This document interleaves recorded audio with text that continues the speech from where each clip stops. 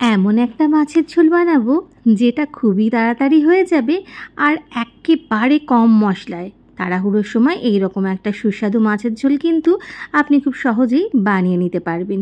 তবে এটাকে মাছের ঝোল না বলে মাছের ঝাল বলাই ভালো। বানাবো কাতলা মাছের তেল ঝাল।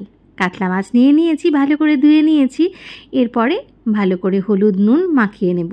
হলুদ নুন মাখিয়ে আমি মাছগুলো সর্ষের তেলেতে বেশ সুন্দর করে ভেজে নেব।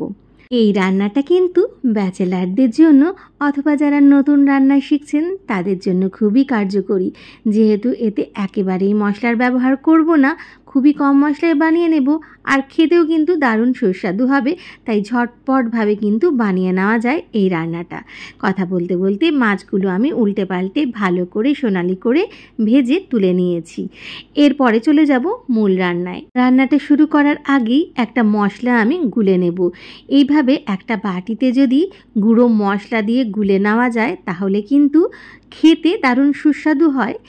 আমরা যেরকম কড়াইয়ের মধ্যে গুঁড়ো মশলার ব্যবহার করি সেটা না করে এইভাবে বাটিতে গুলে নিলে কিন্তু এর স্বাদ ভালো হয়।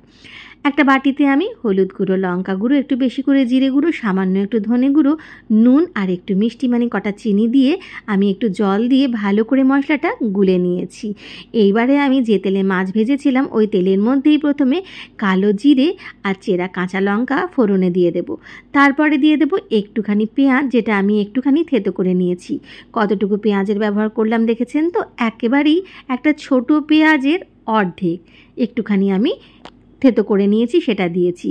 আদাটাও ঠিক সেরকম একদম ছোট চামচের হাফ চামচ আমি ব্যবহার করলাম।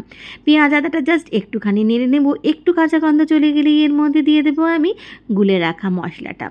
ডাইরেক্ট কড়াইয়ের মধ্যে যদি গুঁড়ো মশলার ব্যবহার করা হয় তাহলে মশলাগুলো কিন্তু লেগে যাওয়ার সম্ভাবনা থাকে। এইভাবে জল দিয়ে গুলে করলে কিন্তু এর স্বাদ আর রং দুটোই খুব ভালো হয়। গুলে রাখা মশলাটা, যেটা জল দিয়ে গুলেছিলাম, সেটা দিয়ে দিয়েছি।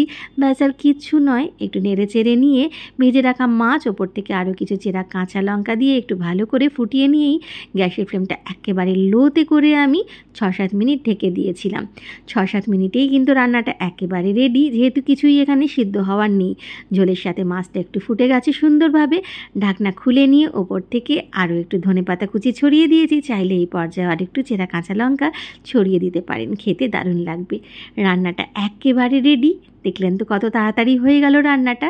আর সাদা ভাত দিয়ে খেতে এইরকম একটা রান্না কিন্তু দারুণ লাগে। শুধু এইরকম একটা মাছের ঝাল করে নিলে কিন্তু এক থালা ভাত নিমেষেই উঠে যাবে, এটা আমি বলতে পারি। ওপর থেকে আরও একটু ধনেপাতা কুচি ছড়িয়ে দিলাম। দেখেই কিন্তু রান্নাটা খুবই লোভনীয় লাগছে। যারা নতুন রান্না শিখছেন তারা এইভাবে কিন্তু চটজলদি একটা দারুণ সুস্বাদু রান্না করে নিতে পারেন। রান্নাটা ভালো লাগলে অবশ্যই বানিয়ে দেখবেন, আর ভালো লাগলে লাইক কমেন্টের অনুরোধ রইল।